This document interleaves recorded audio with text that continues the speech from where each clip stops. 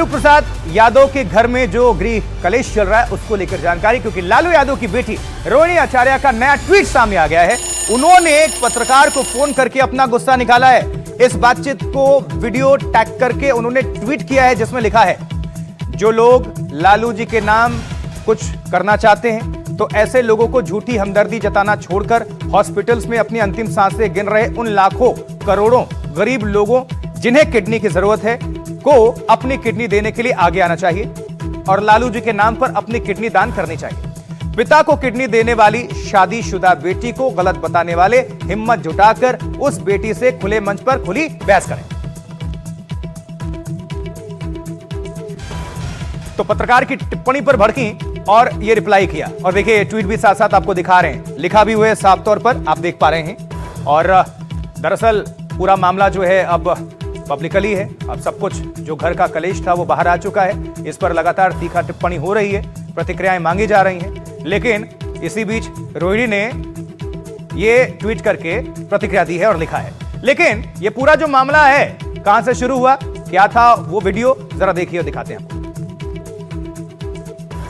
बात हो रहा कि बेटियों को कुंडले मार के मायके में नहीं बैठना चाहिए था। आप बताइए, आपको कौन बोला ये सब बात? अब जाके लालू यादव आपकी माँ थोड़ी बोली है कि कुंडली मारकर नहीं बैठ। मैं अपने से कहा कि बेटियों को आप एक मिनट आप अपनी बेटियों को बोलिएगा, आप अपनी बहन को बोलिएगा, आप अपनी माँ को बोलिएगा, आप अपनी बहू को बोलिएगा। आप इस बेटी का जिम्मा नहीं लिए हैं। इस बेटी का जिम्मा लालू यादव, राबड़ी देवी लिया है।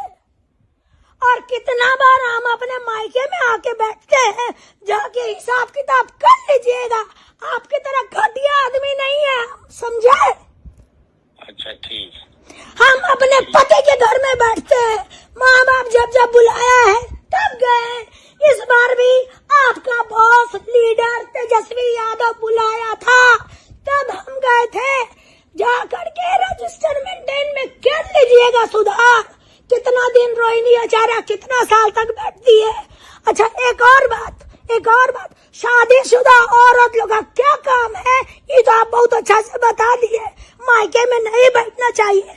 आप ये क्यों नहीं पूछे कि शादीशुदा औरत का हिम्मत कैसे हुआ अपने बाप को किडनी देने का? बताइए। हम क्या बेटा का है नहीं दिया, बेटा का है नहीं दिया, आप बताइए इसका जवाब। ये रोहिणी आचार्य पूछ रही है। नहीं, आप क्रोध में है ना? आप क्रोध में हम नहीं है, क्रोध में हम नहीं है, हम सवाल पूछ रहे। आप जो बोल रहे हैं ना कि बेटियों को मायके में शादी में आना चाहिए, पर्व त्योहार में आना चाहिए, फिर चल जाना चाहिए, तो ये तो आप नहीं बोले कि शादीशुदा महिला लोग को, शादीशुदा बहन बेटी को अपने बाप को किडनी नहीं देना चाहिए। ये तो आप नहीं बोले। नहीं, मैं किडनी का ये बोला कि लालू यादव को किडनी देने के लिए मैं भी अपना किडनी दे दूंगा। आइए दीजिए। जब देने का बाद आया तो बेटा भाग गया और आप आए किडनी देने के लिए। नहीं, ये जानकारी मैं जानता हूँ कि कोई भागेगा नहीं। लालू जी को किडनी देने के लिए करोड़ों लोग हैं। ये तो आइए ना, नहीं, आइए ना। लालू यादव जी की तरह बहुत करोड़ों लोग बेचारा किडनी के लिए मर रहा है। आइए आप लोग दीजिए कक निकाल के, लालू जी के नाम पे दान कीजिए, लालू जी के नाम पे दान कीजिए आप लोग किडनी। आइए, हिम्मत है। एक बोतल खून देने का हिम्मत नहीं है यहाँ पे बकवास करने के लिए। अब आप तो गुस्सा में है, इसलिए गुस्सा आएंगे। अभी अब आपको खींच करके लाएंगे। आप मीडिया के सामने आइए, हमसे बात कीजिए। आप गुस्सा में है, फिर बाद में बतियाइएगा। बाद में बतियाने लायक आप लोग नहीं है। आपको भगवान जी का ऊपर थप्पड़ पड़ेगा। तो सुनिए आपने पूरी ये बातचीत। इससे पहले बड़ी बहन रोहिणी आचार्य के आरोपों पर पहली बार तेजस्वी यादव ने कोई बात कही। पार्टी की समीक्षा बैठक में भावुक हुए तेजस्वी ने रोहिणी से विवाद की वजह बताई। हार की समीक्षा बैठक में आरजेडी विधायकों से बोले तेजस्वी कि रोहिणी ने किसी नेता का टिकट काटने को कहा था, जो उन्होंने नहीं किया। अब अपनी तरह से प्रतिक्रिया दे रही हैं, लेकिन क्या सही क्या गलत ये तो लालू परिवार से बेहतर कोई जान नहीं सकता और कोई बता नहीं सकता। लेकिन सबके अपने अपने वक्तव्य हैं। सुनिए, देखिए पूरी रिपोर्ट। एक तरफ बिहार विधानसभा में आरजेडी की करारी हार है तो दूसरी तरफ आरजेडी और तेजस्वी का भविष्य। लालू यादव की बेटी रोहिणी ने परिवार छोड़ा तो लालू चुप रहे। विधायक दल की बैठक हुई तो सूत्रों के मुताबिक तेजस्वी विधायकों को संबोधित करते हुए भावुक हो गए। कहा, आप चाहें तो मेरी जगह किसी को विधायक दल का नेता चुन सकते हैं। रोहिणी के आंसू का जवाब देते हुए कहा, उसने किसी नेता का टिकट काटने को कहा था, लेकिन मैंने ऐसा नहीं किया। मुझे अपना परिवार देखना चाहिए या फिर पार्टी को देखना चाहिए। सूत्रों से खबर ये भी है कि विधायक दल की बैठक में बेटे की निराशा और हताशा पर लालू यादव एक्शन में आए, ढाल बनकर खड़े हो गए और कहा, तेजस्वी यादव विधानसभा में पार्टी का नेतृत्व जारी रखें। तो बात तो सही है कि लालू जी साथ दे रहे हैं तेजस्वी को, हालांकि बड़ा हीनियस एक तरह से मैं कहता हूँ क्राइम हुआ है। हालांकि सार्वजनिक तौर पर तेजस्वी इस मसले पर चुप्पी साधे हुए हैं, लेकिन पार्टी पर पड़ने वाले असर को देखते हुए लालू यादव एक्शन में हैं। देखिए, तो बिहार चुनाव में करारी शिकस्त से आरजेडी जहां सियासी नुकसान की समीक्षा कर रहा है, तो रोहिणी आचार्य की सार्वजनिक बयानबाजी से पार्टी और लालू परिवार की मुश्किलें काफी बढ़ गई हैं। सूत्रों के मुताबिक इस मामले पर लालू यादव ने भी पहली बार चुप्पी तोड़ी है। विधायक दल की बैठक में लालू यादव ने बयान दिया है। रोहिणी आचार्य के विवाद पर लालू यादव कहते हैं, काफी दिनों तक चुप रहने के बाद लालू ने यह चुप्पी तोड़ी। लालू ने कहा कि घर का विवाद घर में सुलझा देंगे। लालू ने कहा कि किसी को चिंता करने की जरूरत नहीं है। विधायकों को भी लालू यादव ने यह सलाह दी। लालू यादव ने विधायकों से सार्वजनिक टिप्पणी नहीं करने को कहा है और पार्टी की दिशा और जनता के मुद्दों पर ध्यान देने को कहा गया है। जबकि लालू यादव का जो यह बयान है संकेत देता है कि वो नहीं चाहते कि यह कलह पार्टी की छवि पर और गहरा असर डाले। अब नुकसान तो हो ही चुका है काफी ज्यादा।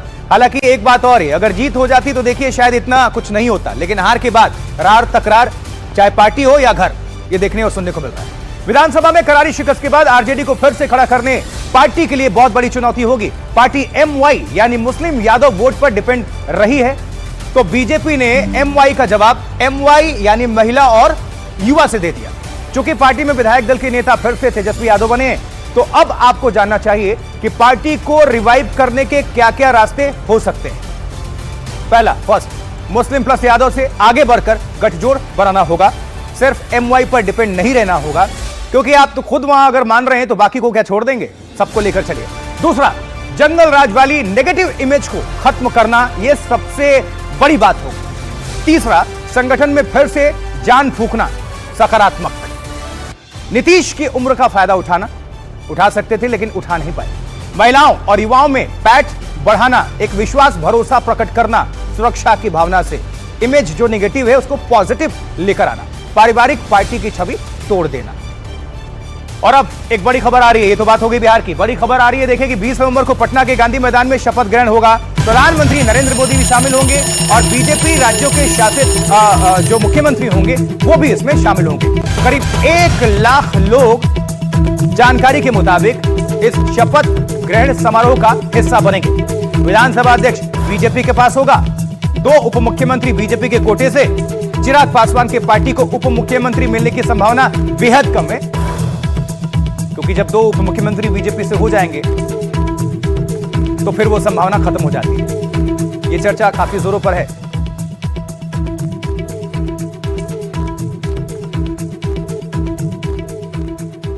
कुछ और आपको अपडेट पहुंचा दें जो सूत्र बता पा रहे हैं, जानकारी मिल रही है, चर्चा जोरों पर है कि प्रेम कुमार को विधानसभा अध्यक्ष बनाया जाएगा। एनडीटीवी से खास बातचीत में प्रेम कुमार ने कहा है कि पार्टी ने अब तक जो भी जिम्मेदारी दी है उसे ईमानदारी से निभाया है। पार्टी आपको एक बार फिर से बड़ी जिम्मेदारी देने जा रही है, क्या कहें? तो ये पार्टी का जो भी फैसला होता है, हम सब फैसले का अनुकूल चलते हैं जाकर के। जो पार्टी निर्णय लेती है हम पार्टी के निर्णय के साथ होते हैं।